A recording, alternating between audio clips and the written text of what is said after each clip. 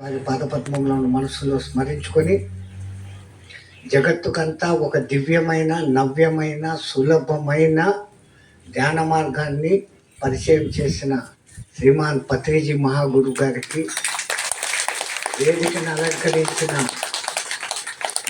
మహా గొప్ప మానస సరోవర సృష్టికర్త, వేదికను అలంకరించిన ఈ రామిరెడ్డి మహానుభావుడికి, ధ్యానాసక్తులై ఇక్కడికి విచ్చేసిన ఈ ధ్యాన ఆత్మస్వరూపులందరికీ హృదయపూర్వక నమస్కారం. ఈయనేమో అది ఇది అని పొగిడేశారు. ఏం మీరు దానికి అర్హులు కాదా? ఎక్కడ వస్తుంది కొంచెం తేడా అంటే, అమ్మ ధ్యానం చేసుకుంటాము అని అంటే మాకెక్కడ కుదురుతుంది, ఇల్లు పిల్లలు అది ఇది గొడవ. అది లేనిది ఎవరికి లోకంలో? మరి అది అన్నీ ఉన్నవాళ్ళు ఇప్పుడు ఇక్కడికి ఇంతమంది ఎలా రాగలిగారు?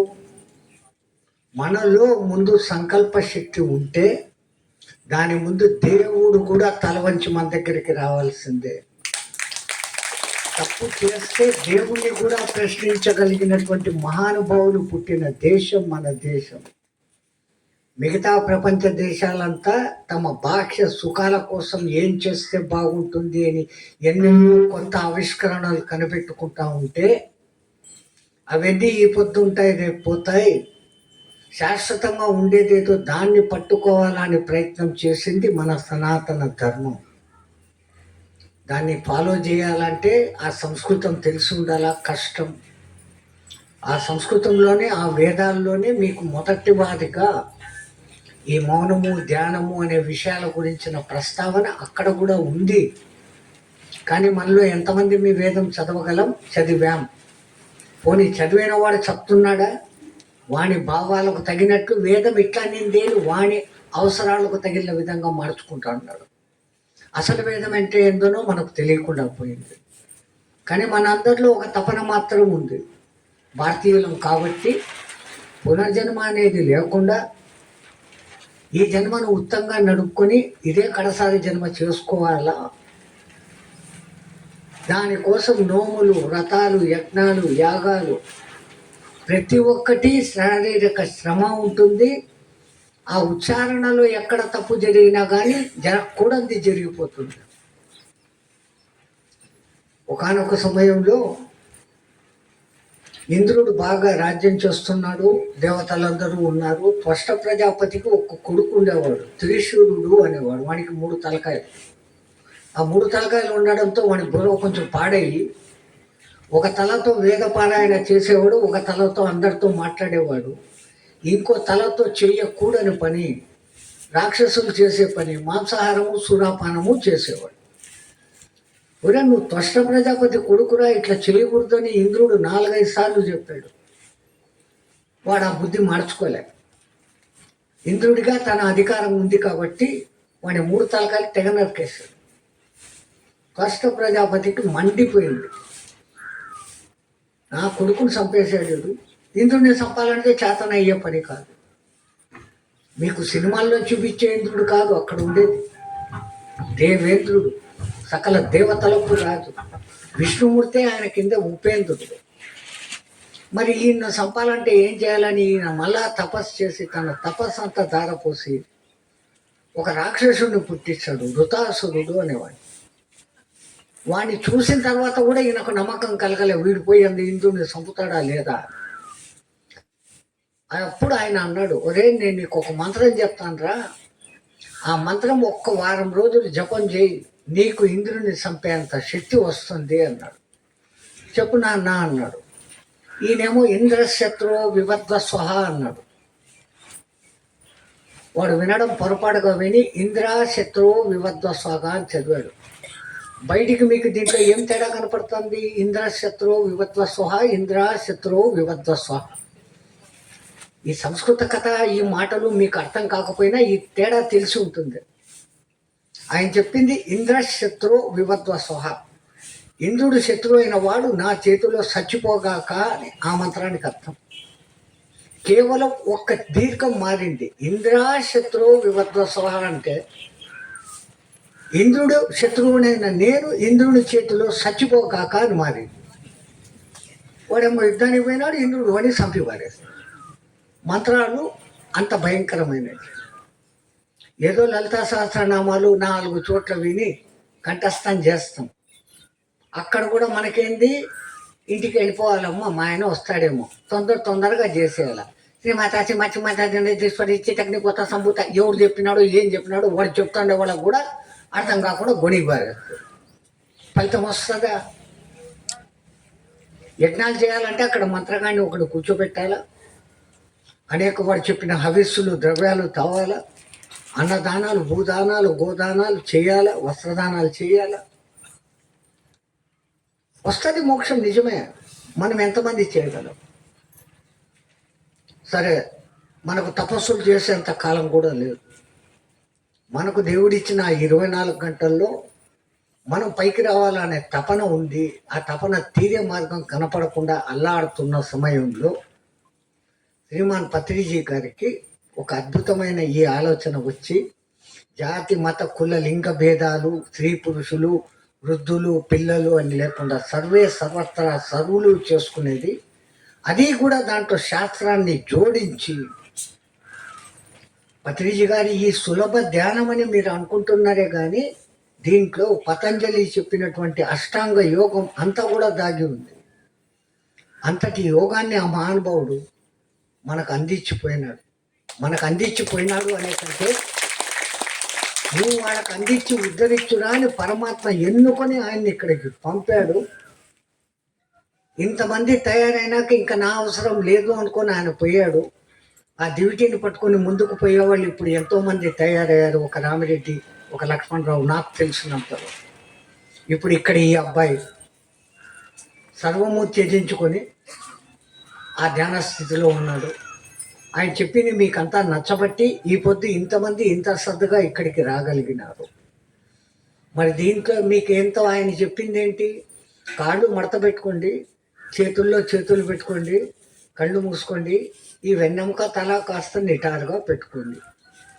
ఎక్కడ యోగం సాధించాలన్నా కానీ సమక్కాయ శిరోగ్రీవం అని శ్రీకృష్ణ పరమాత్ముడు చెప్పినట్లు ఈ వెన్నెముక తల మెడ 3 కాస్త నిటారుగా ఉండాలి. కళ్ళు మూసుకుంటే కాసేపటికి నిద్ర వచ్చేది అందరికీ సహజ లక్షణం, అది దేహధర్మం. కానీ నిద్ర రాకుండా ఒక లక్ష్యం మీద మీరు మనసు పెట్టినప్పుడు మీరు కళ్ళు మూసుకున్నా మీకు నిద్ర రాదు. నిజానికి నిజమైన లక్ష్యం మీద పెడితే. అందుకే మనకు 3 రకాల పద్ధతులు చెప్తారు.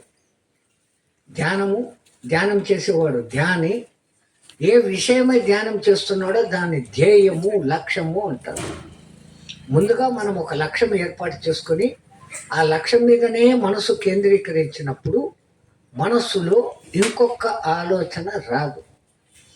వేల సంవత్సరాల నుంచి మన ఋషిమునులు ఈ మనస్సును కట్టడి చేసి మనస్సును స్నేహితునిగా మార్చుకొని ఆ మనస్సు ద్వారానే మనసు పక్కన ఉన్నటువంటి స్వ ఆత్మ దర్శనాన్ని పొందేదానికి వాళ్ళన్ని తిప్పలు పడ్డారు.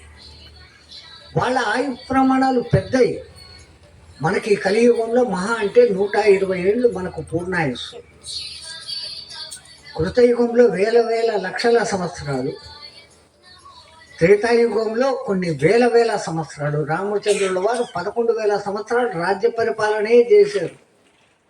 ఆయన 44 ఏట పట్టాభిషక్తుడై 11,000 సంవత్సరాలు రాజ్యం చేశాడు. అది ఆ యుగం. ద్వాపర యుగం వచ్చింది. మహాభారత యుద్ధం జరిగేటప్పుడు శ్రీకృష్ణ పరమాత్మకు 125 ఏళ్ళు, అర్జునుడికి 124 ఏళ్ళు, ధర్మరాజుకు 126 ఏళ్ళు, భీష్ముడికి 800 ఏళ్ళు. ఆ వయసులో వాళ్ళు అంతంత పెద్ద కత్తులు పెట్టుకొని బాణాలు తీసుకొని ఏనుగుల మీద గుర్రాల మీద డామ్ డూమ్ అని యుద్ధం చేసి, ఇప్పుడు మనకు 60 ఏళ్ళు వచ్చినాకనే ఏదో ఇది ఎత్తురా అది ఎత్తురా అంటే డుంగు డాంగు అంటాడు. అది ద్వాపర యుగం. ఈ దిక్కుమాల కలియుగం వచ్చినాక అంతా కల్తీ ఫుడ్లు తిని 30 ఏళ్ళకే మోకాళ్ళ నొప్పులు, బీపీలు, షుగర్లు. వైద్యాలకు పోతే టెస్టింగులకు కన్సల్టింగ్కే ఫీజు ఇన్ని వేలు. లోపలికి పోయినాక నువ్వు ఆ టెస్ట్ చేసుకో, ఈ టెస్ట్ చేసుకో, ఆడ మళ్ళా క్షవరం. ఉన్న జుట్టు కాస్త ఊడిపోయి బయటకు వస్తుంది. సరే వాడంతా మందులు ఇచ్చాడు, ఈ రోగం బాగైంది, ఆ తిన్న మందులతో ఇంకో కొత్త రోగం లోపల నుంచి వస్తుంది. మన కోరికలేంటి? అరోగతాం, రోగం లేకుండా ఉండాల, ఆరోగ్యంగా ఉండాల, ఆనందంగా ఉండాల. ఎందుకంటే మనం ఆనంద స్వరూపులు. నిజమైన పరమాత్మ అంశం మనలో ఉంది కాబట్టి పరమాత్ముడు ఆనంద స్వరూపుడు, మనము ఆనందున్నాయి. కానీ మనం ఎక్కడైనా ఆనందం పొందుతున్నామా? సంతోషాలు పొందుతున్నాం బాగా. 4 డబ్బులు ఉన్నాయి, ఏసీ పెట్టించుకున్నాం, సంతోషమే.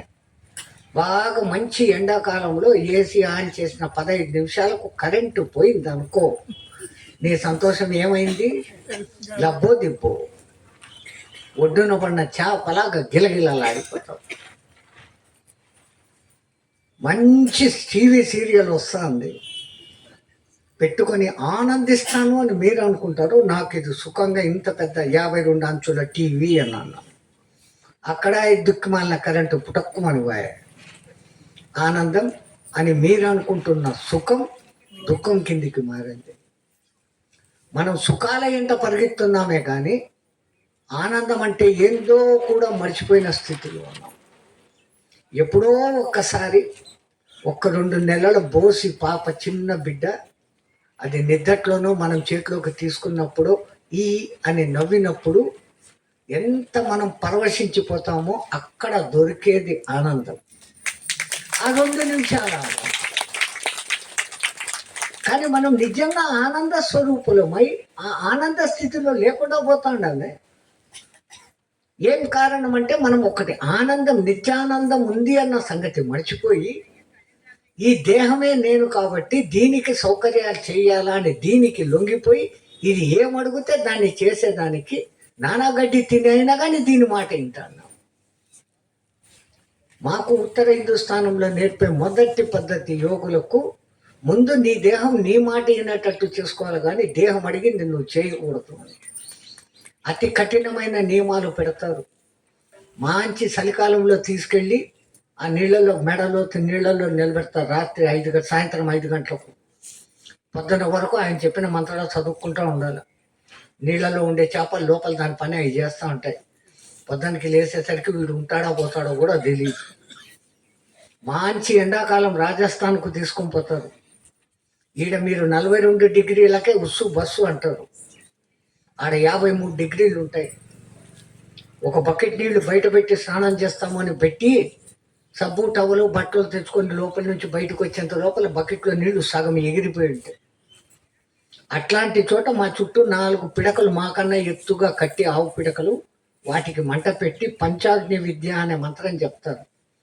ఈ 4 మంటలు పైన వాడొకడు 53 డిగ్రీలు, పొద్దున 5:30కే లేస్తాడు, సాయంత్రం 7 దాకా ఉంటుంది. దాని మధ్యలో కూర్చొని మంత్రాలు చదువుతూ కూర్చోవాలి. నీళ్లు, తిండి, తిప్పల్లే. ఇట్టంతా చేస్తే ఈ పొద్దేదో మీ కట్టె, ఏదో ఈ కట్టె ఇట్ట మీ ఎదురుగా ఉంది. ఈ రహస్యాలన్నీ చెప్తా. మళ్ళీ మీరు నాతో పాటు వచ్చి నేను చెప్పిన సాధన ఎంతమంది చేస్తారో చేతులు ఎత్తండి.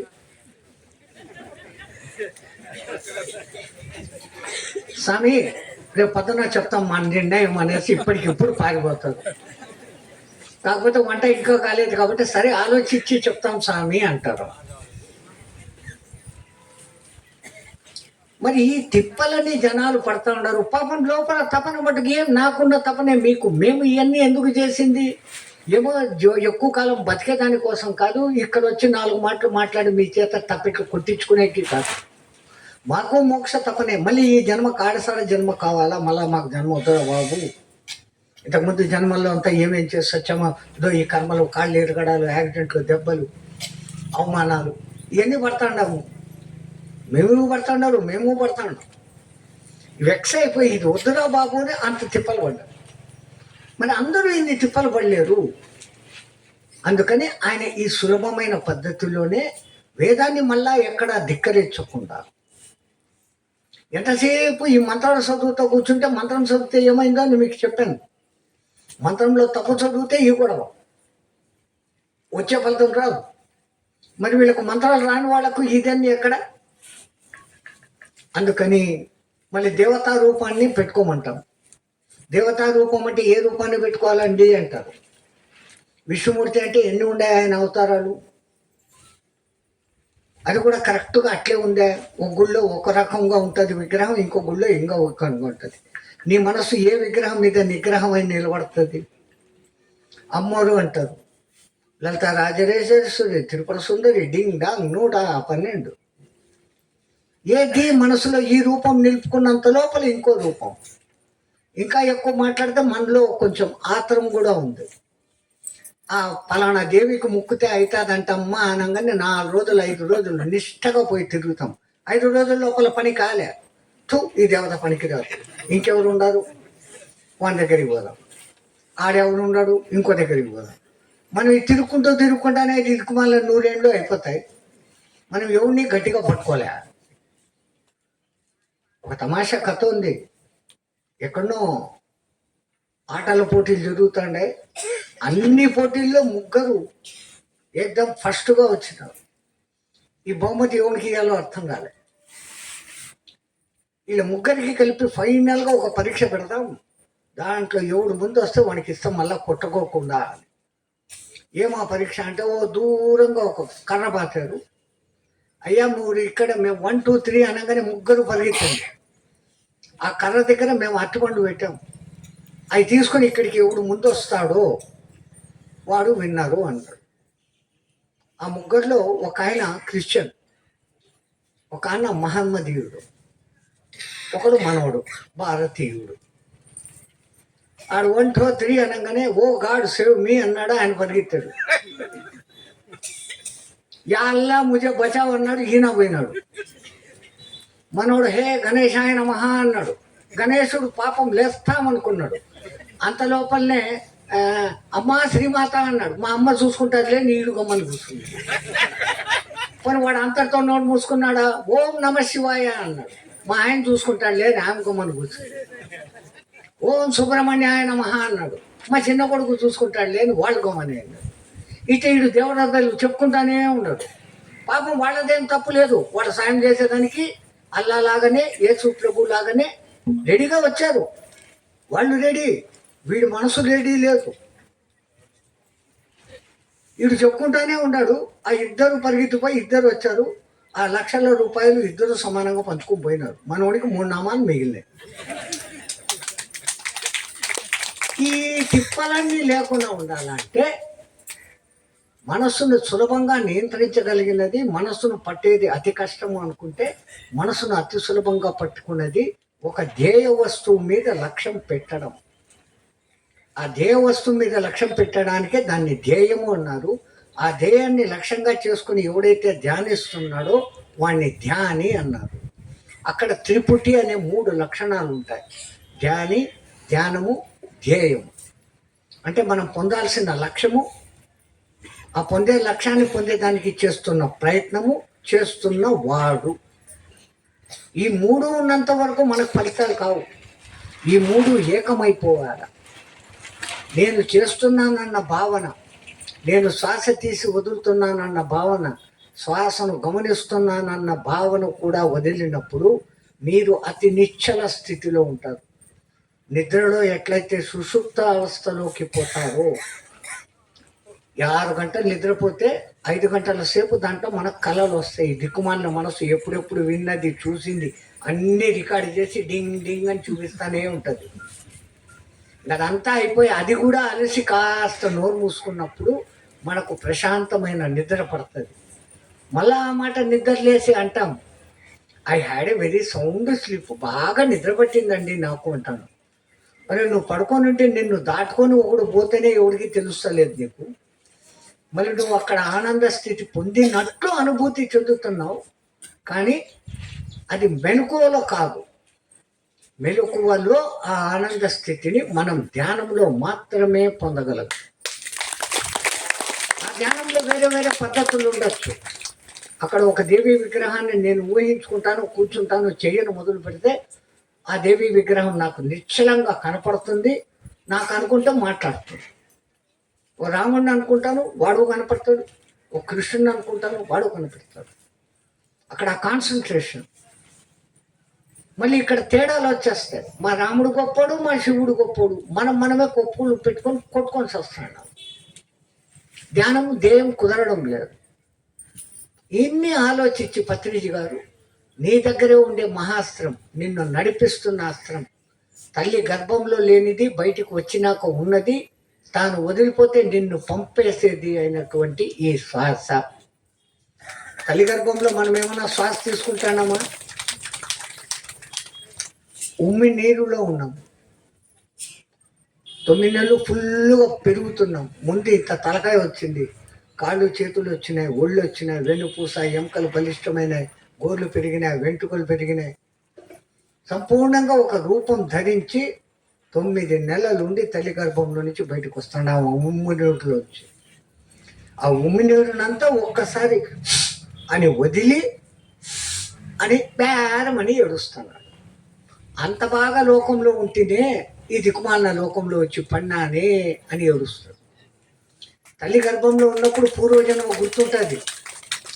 అయ్యో నేను ఆ జన్మలో అట్లుంటి ఇట్లుంటి ఆ తప్పులు చేస్తే, అందుకని నాకు ఈ కంపులో, ఈ చీకట్లో, ఈ ఇరుక్కులో కూర్చొని ఉన్నాను. బయటకు వచ్చినాక ఈసారి ఒక్క తప్పు చేయను. ఇంతకుముందు చేసిన పాపాలన్నీ కడుక్కుంటాను, ఇంతకుముందు పూసుకున్న బురదనంతా కడుక్కుంటాను అని ఆలోచిస్తూ ఉంటాడు. అట్ట జర్రంత తలకాయ బయటికి పెట్టి కండ్లతో చుట్టూ చూడంగానే, అబ్బో ఈ లోకం ఎంత బాగుంది, అంతా నాకే కావాలి. ఆ నాకు అక్కడ మొదలవుతుంది. ఇంకా నాకుకోవడమే, జీవితం అంతా నాకుకోవడమే. ముందు ఆలోచించిందంతా మాయ. నిజంగా పరమాత్ముడు ఆ మాయ పెట్టకుంటే ఈ రోజుకు ఈ 800 ప్రపంచ జనాభా ఉండేదే కాదు లోకంలో. ఆ జగన్నాటక సూత్రధారి ఎంతెంత మాయా వినోది అంటే, ఆ మాయ అనే ఒక పొర వేసి ఈ జన్మజన్మల బంధాలు, కర్మాలు, రుణాలు, వీటి నుంచి బయటికి పడే దారులు అన్నీ చెప్పాడు. ఆయన ఇక్కడ మంచి దారి చూపించాడు, చెడ్డదారి ఉంది. ఒరే నీకు 120 ఏళ్ళు వయసు ఇచ్చా, పోరా అని పంపాడు మొదటిసారి. వీడిక్కడి నుంచి వచ్చినాక నేను నాది అని మొదలుపెట్టినాడు. కనీసం మాది అనే పద్ధతిలో కూడా లేడు. మనది మాది అంటే బాగుంటాం, నాది నాది అనుకున్నంతసేపు ఎక్కడికో పోతానే ఉంటాం. ఏది నాది? నువ్వు వచ్చేటప్పుడు ఏం తీసుకొని వచ్చావు? ఏమైనా పట్టుకొని వచ్చావా? పోయేటప్పుడు ఆ పైన ఉన్నటువంటి తెల్లగుడ్డ కూడా వాడు పిక్కుంటాడు, ఆ కాటికాపరి. జైసాయ వైసా గయే, ఎట్లా వచ్చామో అట్లే పోతున్నాం. ఈశావాసమిదం జగం యచ్చ జగచ్చింతినాం జగత్తే జగ తేన చెట్టేనా బుందీదా మా గృహత్ కర్షిత్ కిస్సద్దనం అనేసి ఈశావోపనిషత్తులో మొట్టమొదటి మాట. ఈ జగత్తంతా ఈశ్వరమయం. నీకై ఏమి ఇవ్వబడిందో దాన్ని ఇక్కడ అనుభవించి ఇక్కడనే వదిలేసి వెళ్ళిపో, పరధనాన్ని ఆశించకుండా ఉండు అనేది ఈశోపనిషత్తులో మొట్టమొదటి శ్లోకంలో చెప్తారు. మనం తెలిసి వచ్చింది, ఉత్త చేతులతో వచ్చినామని తెలిసి వాడిని తొక్కి వీడిని తొక్కి ఇంత సంపాదించుకుంటాం. సంపాదన అవసరమే. నీ మీద ఆధారపడిన భార్య బిడ్డలు ఉన్నారు, నిన్ను కన్ని పెంచి పెద్ద చేసిన తల్లిదండ్రులు ఉన్నారు. వాళ్ళ రుణం తీర్చుకోవాలా, వాళ్లకు సేవ చేయాలా. నీ బిడ్డలను మంచి ఉత్తమ పౌరులుగా తీర్చిదిద్దాలా. దీనికంతా డబ్బు అవసరం. సంపాదించు, కానీ సంపాదనే జీవితం కాదు. సరే 100 కోట్లు ఉంది, ఆ యముడు వచ్చి ఆడు నిలబడ్డాడు. రే ఈ మొత్తం 100 కోట్లు నీకు రాసిస్తారా, ఇంకొక సంవత్సరం గ్యాప్ ఇయర్ అంటే వాడు ఇస్తాడు. 1 సెకండ్ కూడా చెప్పా పెట్టకుండా లబక్కని లాక్కొని ఎత్తుకుని వెళ్ళిపోతాడు. మరి బుడగలాంటి ఈ జీవితంలో మనం పొందేదానికి ఈ యుగంలో ఈ కాలానికి అత్యంత అవసరమైంది, సులభమైంది ఈ ధ్యాన పద్ధతి. ఆయన చాలు చేశాడు. దాన్ని పొందిన వాళ్ళు ఎంతో గొప్పగా ఇంతింత చేస్తూ ఉన్నారు. ధ్యాన శక్తి ఎంత గొప్పది అనే దానికి ఒక్క ఉదాహరణ మీకు. ఇప్పుడు ఇక్కడ మా వచ్చిన మహానుభావుడు రామిరెడ్డి గారు, ఆయన శుద్ధ కమ్యూనిస్టు. దేవుడు దెయ్యం అంటే నమ్మేవాడు కాదు. ఎవరైనా తిరుపతికి రా అంటే ఆడ బాగుంటుంది, కొండలు సీనరీ బాగుంటుంది అని వీళ్ళతో పాటు పోయేవాడు. ఆ 4 రోజులు చెట్టు కొమ్మలు తిరిగేవాడే తప్ప గుడికి కూడా పోయే రకం కాదు. అట్లాంటి మనిషి ఒకసారి స్నేహితులను కలిసేదానికి కృష్ణానది ఒడ్డు దగ్గరికి పోతే వాళ్ళందరూ ఈదులు ఆడుతూ ఉన్నారు. ఈయనకు అప్పుడు దగ్గర దగ్గర 62 ఏళ్ల వయసు. ఒరే, నది పక్కన ఇల్లు కట్టుకున్నావురా, పిరమిడ్ కట్టుకున్నావు, కృష్ణమ్మ పొంగిందంటే నీళ్లు లోపలికి వస్తాయి, నువ్వు మునిగి సస్తావు, ఈత కూడా రాని ఎదవా అని ఎగతాళి చేశారు. ఆహా, ఎందుకు ఈ ఈత నేర్చుకోకూడదు అని పట్టుదల పట్టినాడు. పట్టగా రాదు, పట్టి విడువగా రాదు, పట్టి విడుచుట కంటే ఆ మాట మిగులుతుంది చెప్పరాదు. ఎందుకంటే సావు గురించి మేము చెప్పం. ఈ సావు సాధారణమైన సావుకు మనం భయపడతాం. అది ఎప్పటికీ గ్యారంటీగా వచ్చేది, దానికేంది భయపడేది? అది ఎట్లా వస్తుంది? పుట్టినాము అంటే జాతస్య మరణం ధ్రువం, మరణస్య పునర్జన్మం, మళ్ళీ జన్మ ఉంది. సో మరణానికి మనం భయపడాల్సిన పని. సో ఆయన ఎందుకు నాకు సాధ్యం కాదు అనుకుంది. ట్రైనింగ్ తీసుకున్నాడు, నేర్చుకున్నాడు. కొన్నాళ్ళ తర్వాత మళ్ళీ అక్కడికే వచ్చాడు. వీళ్ళంతా ఈడేడే ఈదుకుంటా అంటే కృష్ణను అవతల ఒడ్డుకు పోయి మళ్ళీ యువతల ఒడ్డుకు వచ్చాడు. అది 62 ఏళ్ల వయసులో. ఇప్పుడు ఆయనకి 27 ఏళ్ల వయసు. తిప్పి చదివితే 72 ఏళ్ల వయసు. అక్కడెక్కడో విదేశంలో, సౌదీ అరేబియాను, దుబాయ్లోను, అక్కడ ఇంటర్నేషనల్ ఈతల పోటీలు జరుగుతుండే. ప్రపంచం మొత్తంగా మహా గజ ఈతగాళ్ళు వస్తారు. 72 ఏళ్ల వయసులో మొత్తం 4 ఈవెంట్లలో, బటర్ఫ్లై ఈవెంట్ అది ఇది అనేమో ఉంటాయి దాంట్లో, ఆ 4 కూడా గోల్డ్ మెడల్ తీసుకొని వచ్చినాడు.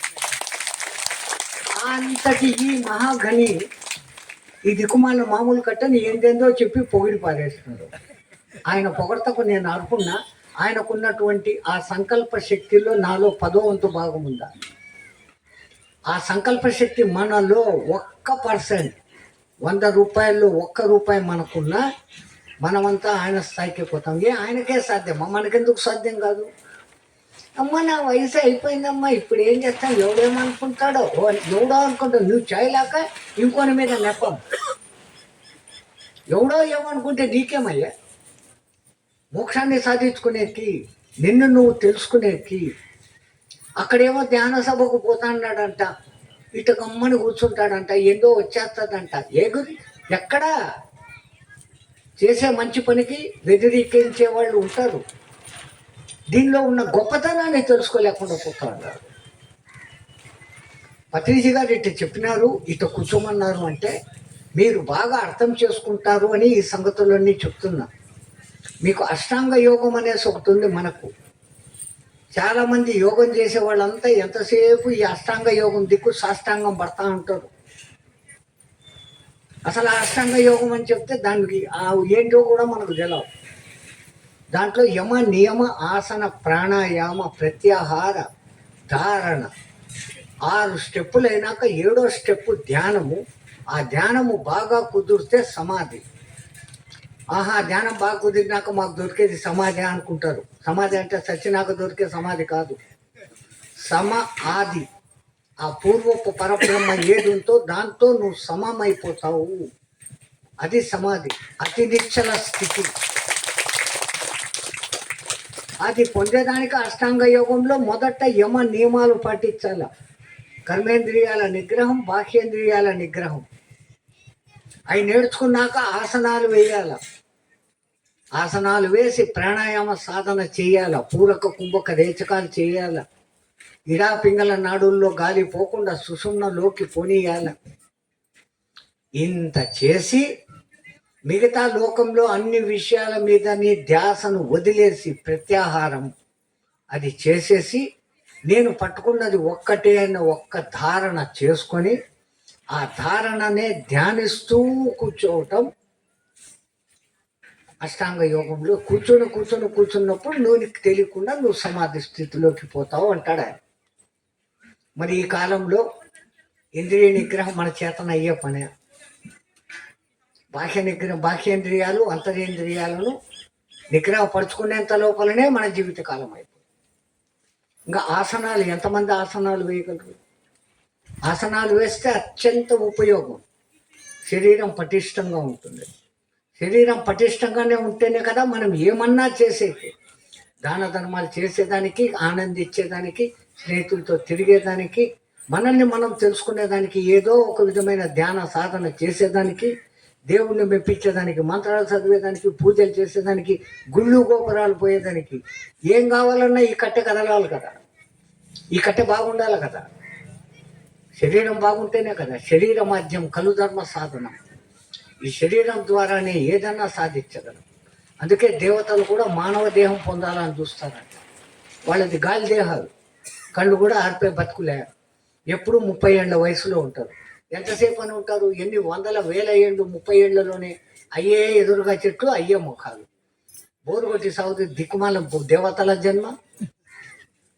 ఎందుకు మానవ జన్మ ఇంత ఉత్కృష్టమైంది అన్నారంటే కనుక, దేవతలకు కూడా సాధ్యం కానీ ఆ మోక్ష పదం పొందేదానికి మానవుడికి ఒక్కడికే సాధ్యం. ఆ మార్గానికి మన పూర్వీకులు ఎన్నెన్నో మార్గాలు చెప్పారు. ఆ చెప్పిన వాటిలో అన్నిట్లో అదే విధంగా ఆచరించిన వాళ్ళు పోయినారు. వాళ్ళను మనం తలుచుకుంటున్నాం. కపిల మహర్షి అంటున్నాం, వ్యాసుడు అంటున్నాం, వీళ్ళందరూ ఆ విధంగా తపస్సులు చేసినారు. మనకు ఇప్పుడు అదే అనుకూలమా? అష్టాంగ యోగం తెలియని వాళ్ళకు కూడా అష్టాంగ యోగాన్ని కలిపి పత్రిజీ గారు చెప్పిన ఈ పోస్చర్లోనే మీకు అన్నీ ఉన్నాయి. మనకు బ్రహ్మరంధ్రం అనేది ఒకటి ఉంది. విశ్వశక్తి ఎప్పుడూ ధారాళంగా మనలోకి వస్తూనే ఉంది. కానీ మన అరికాళ్ళు భూమికి తగులుతుంటాయి కాబట్టి భూమాత విశ్వశక్తిని మన కాళ్ళ నుంచి లాగేసుకుంటుంది. అందుకే దయామయుడైన ఆ పరమాత్ముడు విశ్వశక్తిని మన తల మీద నుంచి లోపలికి మనకు ఇస్తూ ఉన్నా మనం దాన్ని పొందలేకపోతున్నామంటే కనుక, ఈ పిడుగులు పడేదానికి ఏందో కరెంటు పెడతాడు కదా ఒకటి పుల్ల పైన కొండ మీద, పెద్ద బిల్డింగ్ మీద. అది దానికి మెలుసుకొని ఏమంటది, నేరుగా దానికి ఒక వైర్ ఇచ్చింటాడు, భూమిలోకి వెళ్ళిపోతుంది. అట్లాగా మన అరికాళ్ళ నుంచి ఆ పైనుంచి మన చుట్టూ ఉన్న విశ్వశక్తి మనలోకి సరిగ్గా రాలేకపోతాను. వచ్చింది కాస్త అరికాళ్ళలో నుంచి పోతాను. ఇప్పుడు మీరేం చూస్తున్నారు? కాళ్ళు ఇట్లా మడిచి కూర్చుంటున్నారు. మడిచి మూసుకున్నప్పుడు మీ అరికాళ్ళు భూమికి తగులుతాయా?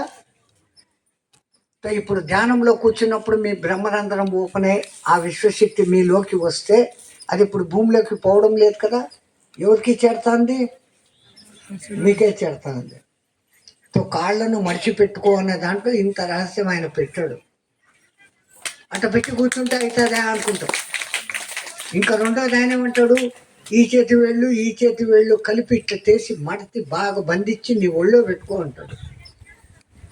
ఈ కర్మేంద్రియాలు, కాళ్ళు, చేతులు, లింగ ఉపస్థలు, చర్మం, జ్ఞానేంద్రియాలు, ఈ 5. ఈ జ్ఞానేంద్రియాలను కర్మేంద్రియాలను కలిపి పెట్టినాను. ఇదే యమ నియమాలు ఆయన చెప్పింది. ఇంకా ఆసనం, సుఖాసనంలో కూర్చున్నాం. ఆ పద్మాసనం వేసుకుంటే మంచిది, కుక్కుటాసనం వేసుకుంటే మంచిది, వజ్రాసనం వేసుకుంటే మంచిది, మయూరాసనం వేసుకుంటే మంచిది, కుక్కుటాసనం వేసుకుంటే మంచిది, భుజంగాసనం వేసుకుంటే మంచిది, ధనురాసనం వేసుకుంటే మంచిది. ఉన్నాయి. ఎవడేవాడు వేసి 5 నిమిషాలు నిలబడి ఉండగలరా? ఎవడో ఒకటి ఇట్లా ఆసనాలు నేర్చుకోవాలా అనుకున్నాడు. ఎక్కడ బోర్డులు చూసినా కానీ 3000 ఛార్జ్, 4000 ఛార్జ్ అని ఉంది.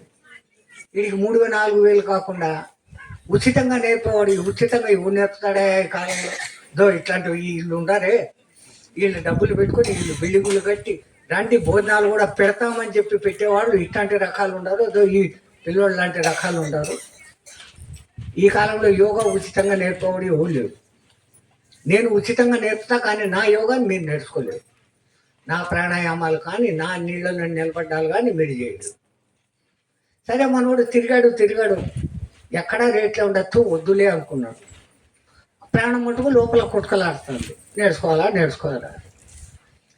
ఓ స్నేహితుడిని అడిగాడు, ఏందిరా అందరూ డబ్బులే అడుగుతాడు, ఎవడన్నా ఒక్కడన్నా ఉచితంగా చెప్పడా, నీకు తెలిసినోడు ఎవడన్నా ఉండాడా అని. ఓరే తిక్కలోడా, ఏడాడో ఎందుకు ఎత్తుకుతావురా?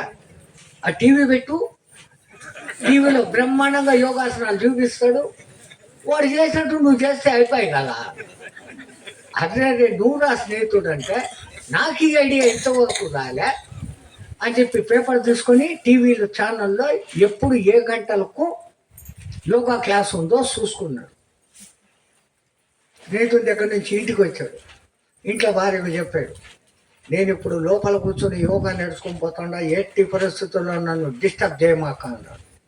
అమ్మ నువ్వు కొడతావురా బాబు, నువ్వు చేసుకోలేదు. వీడు లోపల తలుపు కూడా గడిగేసినాడు కృష్ణారావు. మళ్ళీ నాతో పాటు ఇంకోటి వస్తే వాడు ఫ్రీగా నేర్చుకుంటాడు. నేను నేర్చుకున్నాక వాడి దగ్గర డబ్బులు గుద్దచ్చు. కృష్ణారావు బుద్ధులు ఇట్టే ఉంటాయి. మొత్తానికి లోపల తలుపు, అది కొత్త దర్వాజా, 30,000 రూపాయల దర్వాజా. దాన్ని జబర్దస్త్గా తాళం వేసేసినాడు. టీవీ ఆన్ చేసినాడు. టైం చూసుకున్నాడు. ఆడ యోగా మాస్టర్ వచ్చాడు. వచ్చి వాడు ముందే చెప్పాడు, నేను ఒక కొత్త ఆసనం కనిపెట్టినాను, ఈ ఒక్కటి వేస్తే చాలు నువ్వు ఏడుకో పోతావు అన్నాడు. వాడు ముందే అన్నాడు. వీడికి దాని భావం అర్థం కాలేదు. నాకు అదే కావాలి, నేను ఏడుకో పోవాలా, అది ఎట్టేయాలో చెప్పు అన్నాడు. వీళ్ళు అదేమన్నా మాట్లాడుతుంది, మనం మాట్లాడుతుంది. వాడు చెప్పుకుంటానే పోతాడు. ఇప్పుడు ఆసనం ఎలా వేయాలో చెప్తాను అన్నాడు. వాడు ఏది సావలే ఎదవా, నేను చెప్పినట్టు చేయండి అన్నాడు. ఏం చెప్పినా ఏం చెప్తావు అన్నాడు. ఈ ఎడమ చెయ్యిని ఎడమ మోకాల్లో నుంచి తీసి కుడి చెవును పట్టుకోమన్నాడు. ఎవరైనా పట్టుకోగలరా? వాడికి ఆత్రం కాదు, ఊరికి వస్తుంది. సచ్చి చెడి ఎట్ట ఒకటి ఇట్ట పట్టుకున్నాడు. ఇప్పుడు ఈ కుడికాలు ఉంది, దీన్ని తీసి నీ మెడక మీద వేసుకో అన్నాడు. ఈ చెత్తని ఎట్టో ఒక తిప్పలు పడినాడు. ఎత్తి అది వేసుకునేప్పుడు తలకాయ డౌన్ అయిపోయింది. ఒక టీవీ కనపడతలేదు. సౌండ్ పెంచేద్దామనుకుంటే నోట్లోంచి మాట్లాడడం, తలకాయ ఇట్లా అయిపోయింది. భార్య అంటున్నాడు కానీ అది కిక్కి అంటుంది. ఇంకా ఏం చెప్తాడు వీడు అనుకుంటాండి. సరే జాగ్రత్తగా వింటాం ఏం చెప్తాడో అన్నాడు. సరిగ్గా వినేటప్పుడు కరెంటు పోయింది. ఇది ఇప్పుకోలేడు, తిప్పుకోలేడు, అట్టే ఉన్నాడు. రక్షించండి అంటున్నాడు. పాపం అది లోపల నుంచి కిక్కి మట్టికే వస్తుంది, అంతకు మించి రాలి. వాడి అదృష్టం బాగుంది. ఒక 15 నిమిషాలకు వాళ్ళ ఇంటికి కొడుకు వచ్చింది. అమ్మ నాయనేడే అని, ఆయన డిస్టర్బ్ చేయకుండా లోపల యోగాసనం నేర్చుకుంటాడు. యోగాసనం కరెంటు పోయి 15 నిమిషాలు అయింది. ఏం చేస్తుండో లోపల నేను తలుపు తెట్టినాడు. వీడికి లోపల 3 గడలు వేసి పెట్టుకున్నాడు, ఎవరు రాకుండా. శబ్దం రావడం లేదు. ఉన్నాడా పోయినాడా? కిటికీలోంచి చూస్తే ఏందో తలకాయ కాళ్ళు ఒక ముద్ద కనపడుతుంది. నాయన అంటే పలికి చస్తాలేడు. ఉన్నాడా పోయినాడా? పనులను పిలిచి 30,000 రూపాయలు దర్వాజా పగలు కొట్టినాడు. వీడి పిసినాడితనం లైన్లోకి వచ్చింది. ఇంకా లోపల పోయి చూస్తే నాయన అంటే ఇడికి కట్ట అన్నాడు. అంతే. మళ్ళా పక్క వీధిలో ఎవడో గొప్ప యోగా మాస్టర్ ఉంటే వానికి 5,000 రూపాయలు ఫీజు ఇచ్చి వాడిని తీసుకొని వచ్చి వీడిని నట్ బోట్లంతా పట్టి పీకితే లైన్లోకి వచ్చినాడు. నేర్చుకుంటారా యోగాసనాలు? నేర్చుకుంటారా?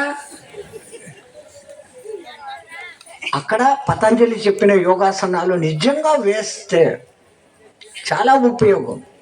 ఎందుకంటే మన పూర్వపు ఋషిమునులు ఏ జంతువు ఎంత తొందరగా విశ్రాంతి పొంది పునఃశక్తిని పొందుతున్నాయి, అవి ఏ పోస్టర్లలో కూర్చుంటున్నాయి అని గమనించి ఆయా జంతువుల పేర్ల మీదనే ఆసనాల పేర్లు పెట్టారు. మయూరాసనము నెమలి, కుక్కుటాసనము కోడి ఎట్లుంటుందో అట్లా, భుజంగాసనము పాము. ఆ సంస్కృత పేర్లు తెలిసి అవ్వకుండా ఏందో వాడు ఎవడో వచ్చి నేర్పించేవాడు 4 సంస్కృత మాటలు పెడితే స్వామి పెద్దోడు అడిగినంత ఫీజు ఇచ్చి చేసుకుంటాం. లోపల ఉండేటి ఏంది, ఏ జంతువు ఎట్లా కంఫర్టబుల్గా కూర్చుంటుందో అట్లా కూర్చున్నప్పుడు మన ఇంటర్నల్ ఆర్గాన్స్ విశ్రాంతి తీసుకుంటాయి. శరీరంలోని కండరాలన్నీ శక్తివంతమవుతాయి. యోగా వేస్తే శరీరం పటిష్టంగా ఉంటుంది. నా డబ్బా నేను కొట్టుకునేది కాదు, కానీ ఈ యాక్సిడెంట్ కాకుండా ఉంటే ఇప్పటికి కూడా నేను పరుగు పందెం పెడితే నాతో పాటు ఎవరు మీరు పరిగెత్తలేరు. అది యోగా చేసే, కానీ అది అందరికీ అయ్యేది కాదు. సో ఈయన ఏం చేశాడు, సుఖ ఆసనం అన్నాడు. మీకు ఏ ఆసనంలో 3 గంటలు కదలకుండా కంఫర్టబుల్గా కూర్చోగలరో అలా కూర్చోండి. రోజు ముందు అరగంటతో మొదలు పెట్టండి. కొన్నాళ్ళు పోయినాక దాని గంట, ఆఖరికి కొన్ని దినాలు కూడా కూర్చుకునే ఇది మీకు వస్తుంది. శరీరాన్ని మనం ఎట్లా వంచితే అది వంగుతుంది, కానీ మన కర్మ శరీరం చెప్పిన మాట మనం వింటున్నాం. దానికి మెల్లగా అలవాటు చేస్తే ఆ శరీరం మన మాట వింటుంది. అట్లా ఒక 3 గంటలు కనుక కూర్చోగలిగితే వస్తుంది. ఇప్పుడు అక్కడ మాకు ప్రాణాయామం అనే వ్యవహారం ఉంది. ఒక్కసారి గాలి పీల్చుకుంటాం ఎడముక్కుతో,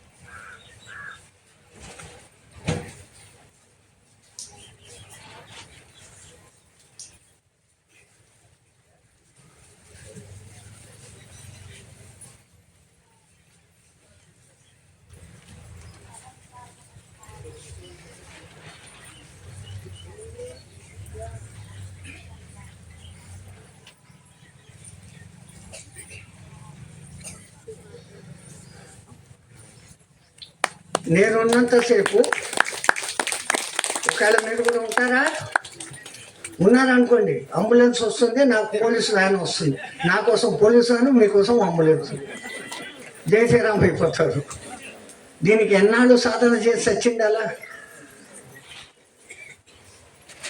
దాని బదులు పత్రిజీ గారు ఏం చేస్తారు, ఈ ప్రాణాయామానికి ఏదైతే గాలిని తీసుకొని వదులుతున్నామో, మనలోకి ఏ విశ్వశక్తి గాలి రూపంగా లోపలికి ప్రవేశిస్తుందో, మనల్ని బతికేదానికి కారణభూతమవుతుందో, నడిచేకి తిన్నది అరిగేదానికి ఇన్నిటికీ ఏది కారణభూతమవుతుందో, ఆ వచ్చే పోయే మహాముఖ్య అతిథి మన పరమ మిత్రుడు అయినటువంటి ఆ శ్వాసను,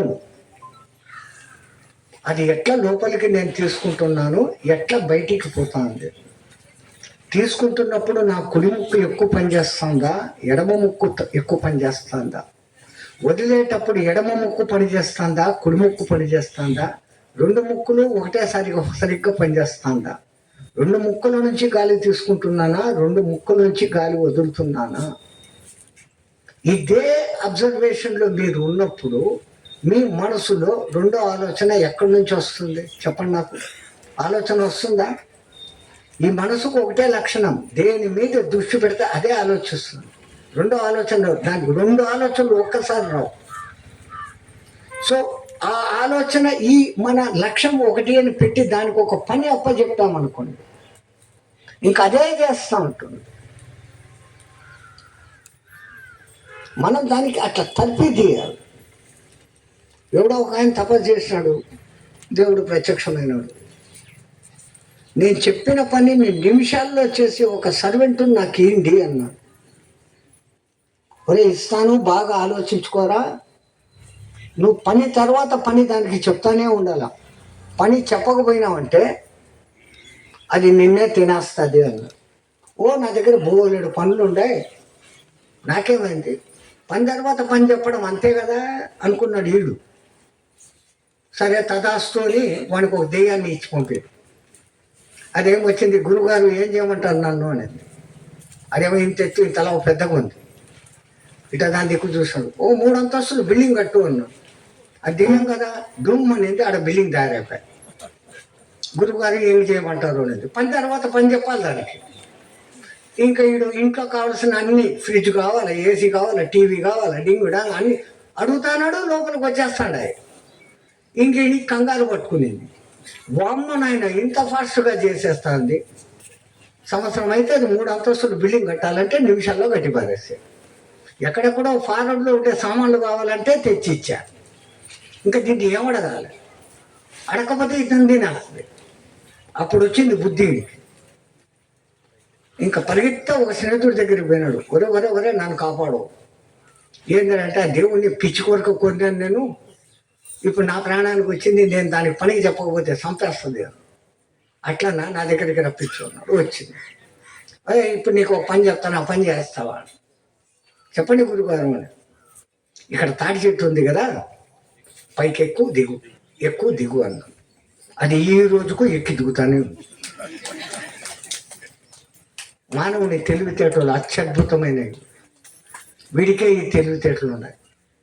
అట్లా ఈ చెట్టు అనే ఒళ్ళు మీదకి ఆ దెయ్యము అనబడేటువంటి దెయ్యం కాదది, మన జీవన ఆధారమైన ప్రాణం ఎక్కుతాంది, దిగుతాంది.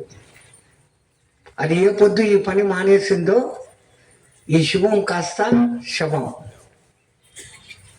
మళ్ళీ దాన్ని ఒక నియమిత పద్ధతిలో వాడుకుంటే సంపూర్ణంగా 120 ఏళ్ళు బతకచ్చు.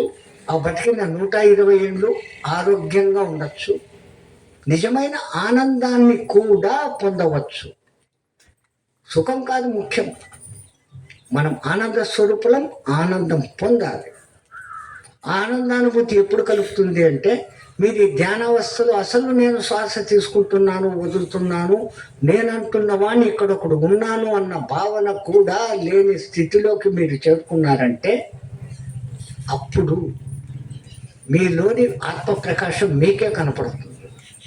శరీరంలో ఉన్న షట్చక్రాలు కనపడతాయి. కుండలిని శక్తి అంటే ఏమో తెలుస్తుంది. మీ చుట్టూ ఉన్న ఆరా పవర్ ఏదో తెలుస్తుంది. మీరంటే ఏంటో, సృష్టి అంటే ఏంటో, పరమాత్మ అంటే ఏంటో సకలము ఏది తెలుసుకుంటే అన్నీ తెలుసుకుంటామో ఆ తెలుసుకోవాల్సిన ఒక్కటి తెలిసిపోతుంది. మరి అంతటి దాన్ని పత్రి అష్టాంగ యోగంలో ఇంత నియమబద్ధంగా పెట్టి మీకు పెట్టాడు. ఇంద్రియ నిగ్రహం ఇక్కడ వచ్చేసింది, ఆసనంలో కూర్చున్నారు. వస్తున్న విశ్వశక్తి భూమాత గ్రహించకుండా కాళ్ళను మడతపెట్టి కూర్చున్నారు. ప్రాణాయామానికి బదులుగా మీరు శ్వాసను గమనిస్తూ ఉన్నారు. ఈ ఒక్క శ్వాసనే గమనిస్తాను, మిగతా విషయాల గురించి ఆలోచన లేదు. వస్తుంటాయి ఆలోచనలు కట్ చేసేస్తుంటున్నాను అనేది ప్రత్యాహారం. ఒక్క శ్వాసనే గమనిస్తాను అనేది ధారణ. ఇది చేసినప్పుడు మీకు కుదిరేది ధ్యానం. ఆ 7వ మెట్టును పత్రిజీ మహారాజ్ ఈ 7 కష్టాలు లేకుండా ఒక్క జంపుతో మిమ్మల్ని 7వ అంతస్తు ధ్యానము అనే స్థితిలోకి తీసుకుని వచ్చాడు. ఇప్పుడు ఇంత రహస్యాన్ని మీరు తెలుసుకొని ఎవరైనా ఏ సమయంలో అయినా ఎక్కడైనా జాతి మత కుల భేదాలు లేవు, ఆడామగ అనే తేడాలు లేవు, వయస్సు అనే తేడాలు లేవు. కొంచెం కుదురుగా కూర్చోగలిగిన 3 ఏళ్ల పిల్లోడి నుంచి 93 ఏళ్ల ముసలివాడి వరకు ఎవరైనా చేయొచ్చు. కాకపోతే ఒక్క చిన్న జాగ్రత్త, ఆ ధ్యాన స్థితిలో కూర్చున్నప్పుడు వచ్చే నిద్రాస్థితిని కొంచెం జయించడం. ఎవరికైనా, నాకు కూడా చాలాసేపు కళ్ళు మూసుకుంటే నిద్ర వచ్చి సస్తది, అదే సహజం, అది దేహ ధర్మం. అది రాకుండా ఉండాలంటే ఏం చేయాలి? మనం ధ్యాస ఎక్కడ పెట్టినామో ధ్యాస మీద మీ మనసు పెట్టినప్పుడు అప్పుడు నిద్ర వచ్చేదానికి అవకాశం లేదు. మనకిష్టమైన పని చేసేటప్పుడు ఎంతటి కష్టమైనా భరిస్తున్నామే. ఇది మన జీవితానికి సంబంధించిన విషయము, మన ఆయుష్కు సంబంధించిన విషయము, మన మోక్షానికి సంబంధించిన విషయం. దీని గురించి ఆ మాత్రం జాగ్రత్త తీసుకోలేమా? ఒక్క చిన్న పాయింట్ దాన్ని గట్టిగా పట్టుకున్నారంటే, నేను ఇంతకు ముందే చెప్పినట్లు 72 కాస్త 27 అయిపోయినట్ల మీ వయసు కూడా తిరగబడదు. ఒకవేళ ఎవరో 19 ఏళ్ళు ఉంటే వాళ్ళ వయసు తిరగబడి 91 ఏం కాదు.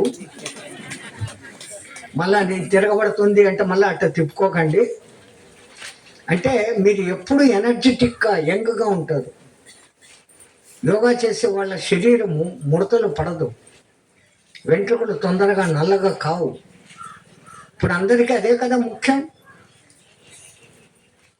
పరమాత్ముడు మనకు జాగ్రత్త పడరా అని ఒక 3-4 లెటర్లు పంపిస్తూ ఉంటాడు. మనం వాడి లెటర్లు లెక్క చేయం.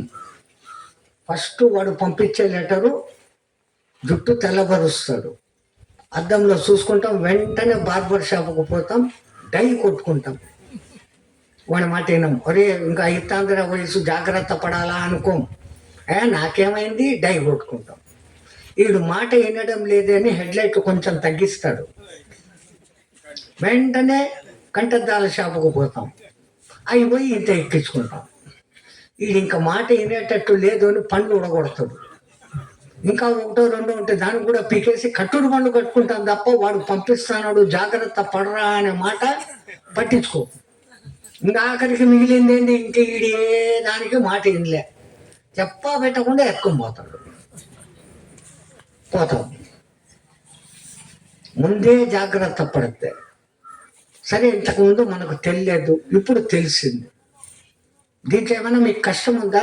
ధ్యానం చేసేటప్పుడు ఎవరికైనా కష్టం ఉందా? ఈ ధ్యానంలో నేను కూర్చుంటే నాకు కష్టంగా ఉంది అని చెప్పేవాళ్ళు ఎవరైనా ఉన్నారా? నిజంగా ఎవరికైనా కష్టం ఉంటే చెప్పండి, ఉండొచ్చు. ఎవరైనా కష్టపడుతున్నారా? అమ్మో, మీరంతా మహాజ్ఞానులు, ఎవరు సమాధానం కూడా చెప్పడం లే. So idle's man brain is devil's workshop అంటారు.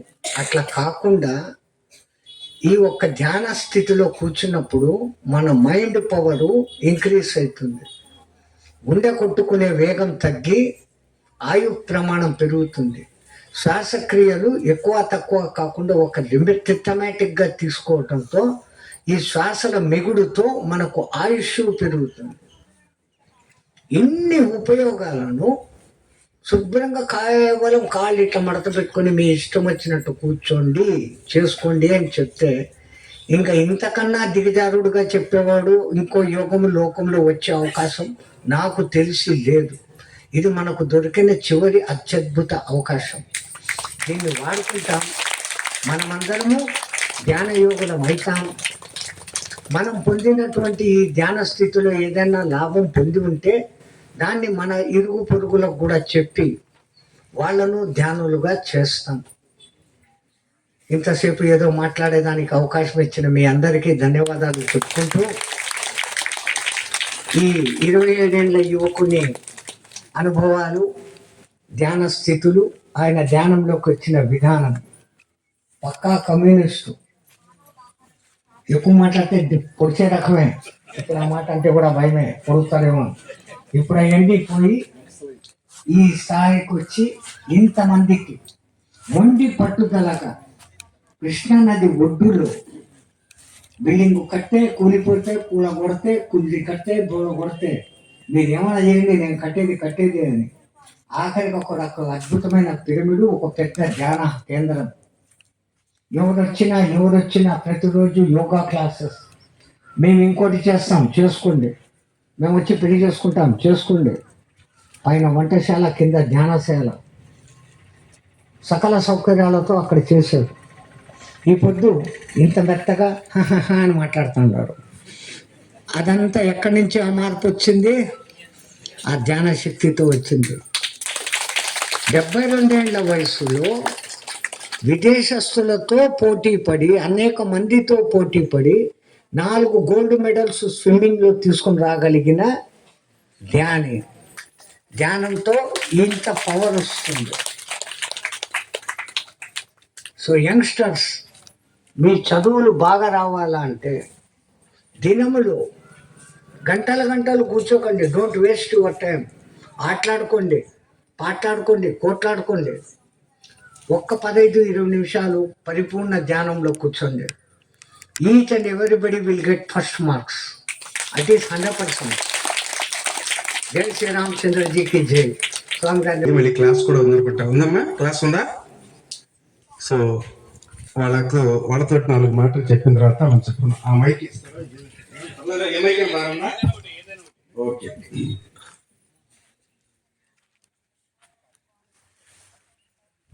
ఓకేనమ్మా. ధ్యానాన్ని గురించి మీకు అందరూ తెలుసుకున్నారు కదా? ఇంతకుముందు తెలుసుకున్నారా? ధ్యానం గురించి చాలా మంది మహానుభావులు అందరూ ఎంతోమంది చెప్పడం జరిగింది. అయితే ఆ చెప్పిన విధానాన్ని బట్టి ఈ ధ్యానం ఒక అందరి ద్రాక్ష పండులాగా చెప్పారు. దీంట్లో ఎన్నో నియమాలు ఉన్నాయి, నిష్టలు ఉన్నాయి, చాలా సాధన చేయాలి. ఇది సామాన్యులకి చేయగలిగేది కాదు అనేటువంటి ఒక అపోహతోటి ఎన్నో రకాలటువంటి భయభ్రాంతులు గురి చేసినటువంటి సందర్భంగా ధ్యానం 4 మాటలు సింపుల్ గా చెప్పాడు. ధ్యానాన్ని ప్రపంచానికి అందించినటువంటి పితామహ బ్రహ్మశ్వత్రిజీ ఆయన ఏం చెప్పాడంటే, ఫస్ట్ నెంబర్ 1, ధ్యానం ఎవరైనా చేయవచ్చు. ఆడ లేదు, మగ లేదు, పిల్లలు లేదు, పెద్దలు లేదు, ఎవరైనా చేయొచ్చు. నెంబర్ 2, ధ్యానం ఎప్పుడైనా చేయొచ్చు. తెల్లవారుజామున బ్రాహ్మీ ముహూర్తమే ధ్యానమా, లేకపోతే ఉదయమే ధ్యానమా, సాయంత్రం ధ్యానమా అనేటువంటి అపోహల అనుమానం వాళ్ళకి ధ్యానం ఎప్పుడైనా చేయొచ్చు. నీకు ఏ సమయం వీలైతే, ఖాళీ ఉన్న సమయం ఎప్పుడైతే అప్పుడు చేయొచ్చు అన్న. మూడోది, ధ్యానం ఎక్కడ చేయాలి? ఒక దేవుడి మందిరంలో చేయాలా, లేకపోతే ఎక్కడ శబ్దాలు లేని ఒక అరణ్య ప్రాంతాలకు వెళ్ళి ధ్యానం చేయాలా, కొండల్లో, గుహల్లో, కోణంలో ధ్యానం చేయాలా అనేటువంటి అపోహల అనుమానాల వాళ్ళకి ధ్యానం ఎక్కడైనా చేయొచ్చు. బస్సులో ప్రయాణం చేస్తే ధ్యానం చేయి, రైలు ప్రయాణం చేస్తే ధ్యానం చేయి, విమానాల్లో ప్రయాణం చేసినప్పుడు ధ్యానం చేయి, ఎక్కడైనా సరే నీకు వీలు సమయం ఎక్కడితే అక్కడ ధ్యానం చేయండి. ఇప్పుడు 3 మాటలు అయింది. ఇక 4 మాటలు ఏం చెప్పాడంటే, ఎందుకంటే మనం చేసే వెనకాల అనుమానాలు ఎక్కువ. ఆ చేసేది పెట్టేది లేదు, ప్రతిదానికి అనుమానాలు దీర్ఘాలు చూసుకుంటాం. ఎంతసేపు చేయాలి ధ్యానం అనేది మళ్ళీ ఒక పెద్ద డౌట్.